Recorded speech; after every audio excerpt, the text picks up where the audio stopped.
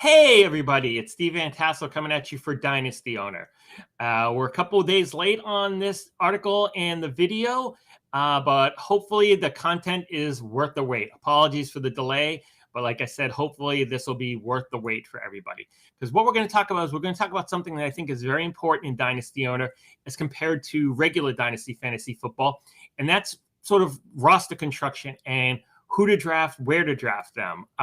So we're calling this Draft This Guy, Not That Guy. And if you read the article, which should be available now on dynastyowner.com, you'll see I've got two examples of players who are being drafted about the same spot, but the player who's projected to maybe get a few more Dynasty Owner fantasy points but has a much higher salary, is being drafted ahead of the player who's about the same, comparable, but has a lower salary.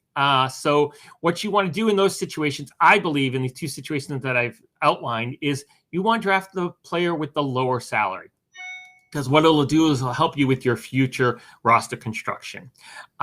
In some of the live streams that Tim and I have been doing recently, and Tim and Nick did one, you can see examples of people misdrafting, basically, like drafting somebody who they shouldn't be drafting at that point because they could get a comparable, cheaper player at the same point.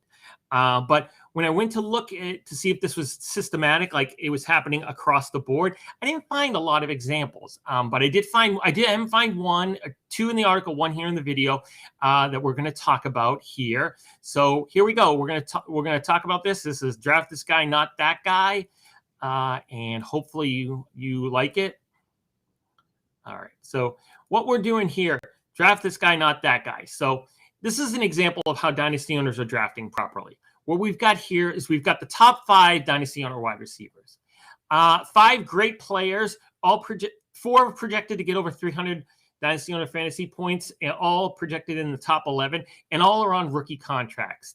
Those 2021 salaries are $3.5 million or lower. You got DK Metcalf at the bottom end at $1.1 million, AJ Brown at $1.4 million, but all of them are pretty solid second-round picks. DK Metcalf's got an ADP of 15.2 down to CD Lamb, whose ADP is 26, but we're talking late second round, early third round.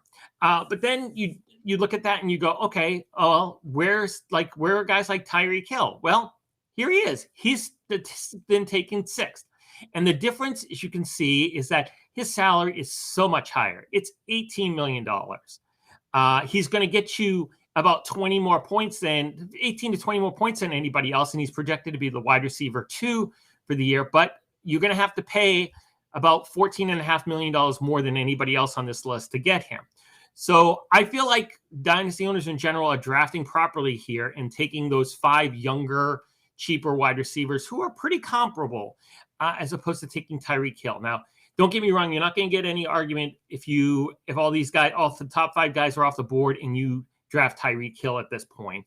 You're getting for the 6th slot on wide receivers in the 3rd round, you're getting possibly the wide receiver number 2 for the season. But at the same point, I think I'd rather take the other 5 guys ahead because of what I could later on in the draft. So what we're going to do is we're going to talk about this. In this scenario, it's the first tight end off the board. And here's the take. Who should you take? You got Travis Kelce versus Darren Waller. We're leaving out Kyle Pitts for the moment, even though I think at this point he's being drafted a little bit ahead of Waller behind Kelce. But for my purposes, I think that the first tight end off the board argument is between Kelce and Waller.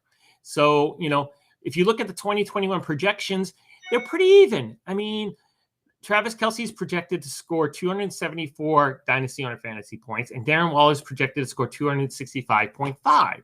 So they're pretty even. But the column that's a little more important in terms of Dynasty owner and the difference between Dynasty owner and regular Dynasty is the salary column. Travis Kelce, $14.3 million. Darren Waller, $7.45 million.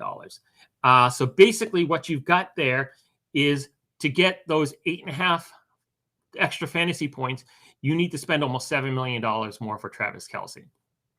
And you might be saying, well, Kelce's better. Well, how much better is he? In terms of projections, he's not much. But you might be being like, well, Kelsey's been the number one tight end for a bunch of years. Why would I draft somebody, a lesser guy, over him? Well, he has been better, but not a lot better. Waller's 3 years younger. Last year, he was the number 2 tight end, and he only went 3.3 points per game less. In 2019, the difference was actually smaller, even though Kelsey was still the tight end number 1 and Waller was the 4th best tight end. Kelsey only scored 2 more points per game. And then when you look at playoff performance, you'll see that actually Waller's been pretty good, pretty comparable in the Dynasty Owner playoffs. Last year, you would have wanted Waller. He scored 28.8 points on average per game, and Kelsey only scored 24.4. I say only, that's great for your tight end, but it's still less than Waller.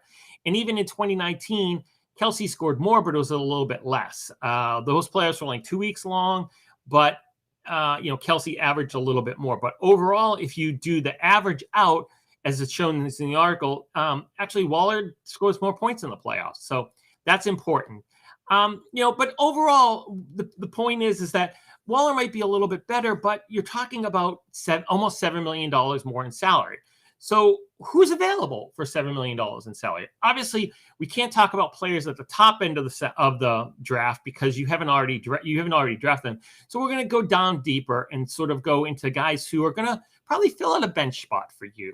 We got somebody who might be like your running back 3, wide receiver 4, and some backup tight ends here. And all of these guys are available for around $7 million, a little bit less than $7 million. We got Kenyon Drake at 5.5, Marvin Jones at 6.25 million, and 3 tight ends at around $6 million. None of them are going to start over Darren Waller or Travis Kelce. But the point is that if you're the Waller owner, you can get one of these 5 guys and add him to Waller on your team and pay them less than you're going to pay Kelce on his own. So you're like, okay, well, maybe I'll just find a great tight end for not a lot of money later on as well and put him as Kelce's backup. Well, here are the guys who are kind of available to you at that point. The best 3 I found. All drafted kind of later in like the 17th, 18th round or later, all under $1 million. The best one here is Christopher Herndon, and he's projected to be the tight end 31 for the season. So he's really not even a bench tight end. He really should be on your practice squad. Whereas if you look back, you can see that Ingram, Everett, and Howard are all pretty much backup tight ends. Howard, a little less so, but he's also being taken a lot later. And the point difference between tight end 21 and tight end 27 is only about 7 points. So it's not that big of a difference. So what ends up happening if you compare the rosters, if you were drafting and you drafted Kelce and then you drafted the cheapest of those tight ends, who is Dalton Schultz, you will project out taking all of Kelce's points as a starter and all of Schultz's points as your bench. 25% of the bench tight ends points will count towards your total points.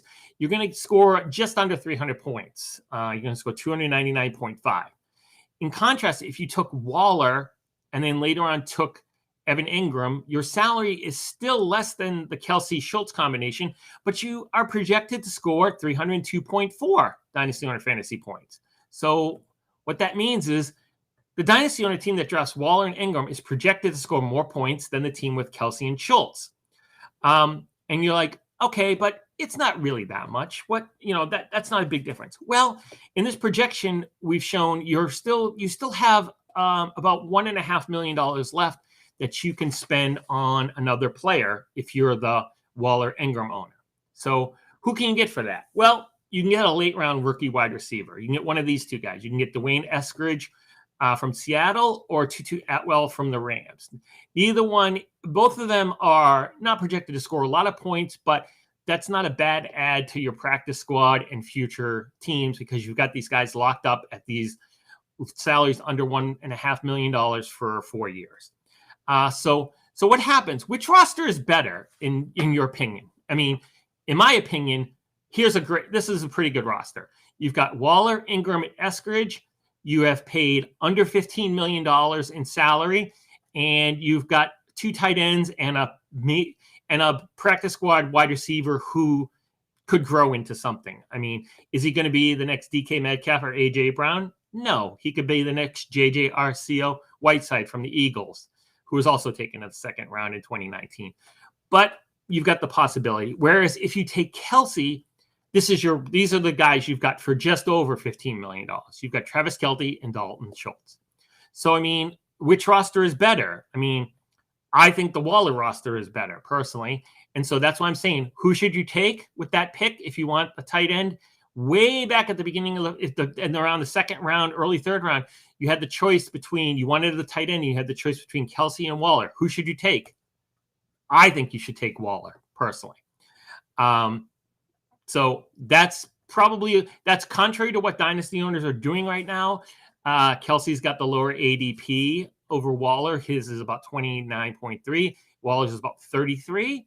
But I think you should take Waller. And I believe that pretty strongly. And I hope this has helped to maybe convince some of you that Waller is the better choice. So what are the conclusions here? Well, the first conclusion is overall roster construction is very important in dynasty owner. And you've got to think about that when you're taking players at the beginning of the draft.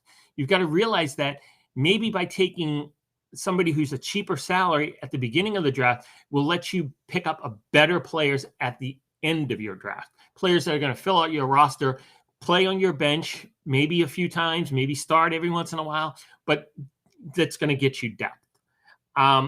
So because every time you choose to play with the higher salary, you're basically reducing the number of players you can potentially draft later on because of the salary cap.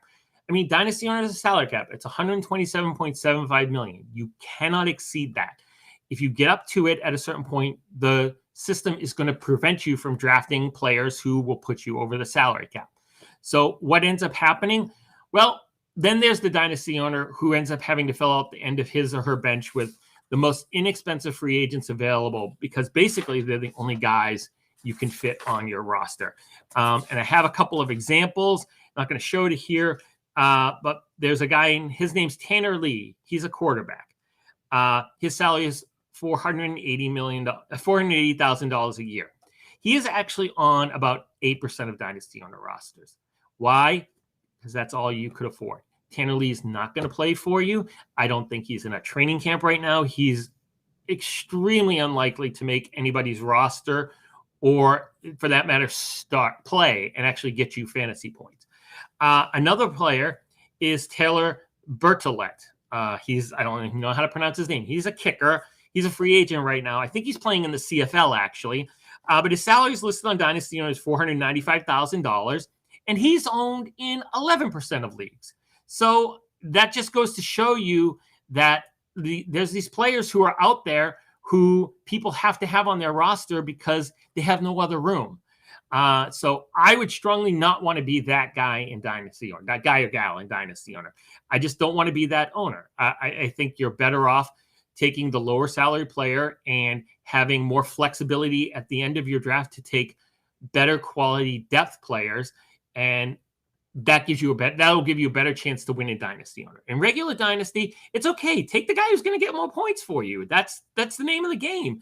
You don't have to worry about that. You don't have to worry about roster salary cap contracts and all that. But in dynasty owner, you do, and then you need to think about that when you're drafting, even at the beginning of the draft, because taking guys and spending too much salary cap at the beginning is going to hamper your ability to get quality players at the end.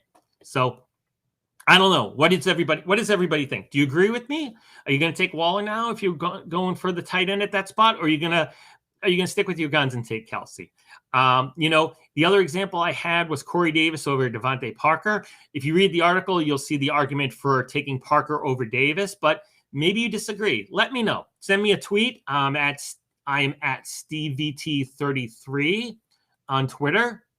And or if you're watching this on YouTube, post it in the comments. Let everybody know what you think. So hopefully this article is helpful for you if you've got a startup draft this weekend. I've actually got two. I've got one on Friday and I've got one on Sunday. And if I get to this point, you're going to watch me draft Jalen Waller. I will be very happy. I will not have a problem with it. And I will smash that Darren Waller button if that's the dilemma I've got at the moment. So thanks a lot for watching. Make sure to smash the like button. Make sure to also watch the other articles that we have in videos. Read the articles that we have in the video. Watch the videos that we have. Matt the Jerk's been putting out his weekly team-by-team analysis of free agency. He just finished. He did the Washington football team. They were last, and those are usually appearing on Mondays. We've got Jay Pounds. His article and video are going to be a little later this week due to some technical difficulties, but you'll be able to see his interview with a rebuilding owner probably sometime this weekend, the next day or two, if you're watching this on Friday. Don't forget to check out, Tim and I are going to be talking live during our draft with Hall of Fame General Manager Bill Polian. Very exciting. His Inside Football podcast team is drafting a dynasty owner, and they're in a league, and Tim and I are going to talk about the draft live as it happens. So please make sure to like all the videos for Dynasty Owner, subscribe, and make sure to follow us on Twitter. I'm at SteveVT33, and Dynasty Owner is at Dynasty_owner. Thanks a lot. Have a great day, and I'll see you soon. Bye.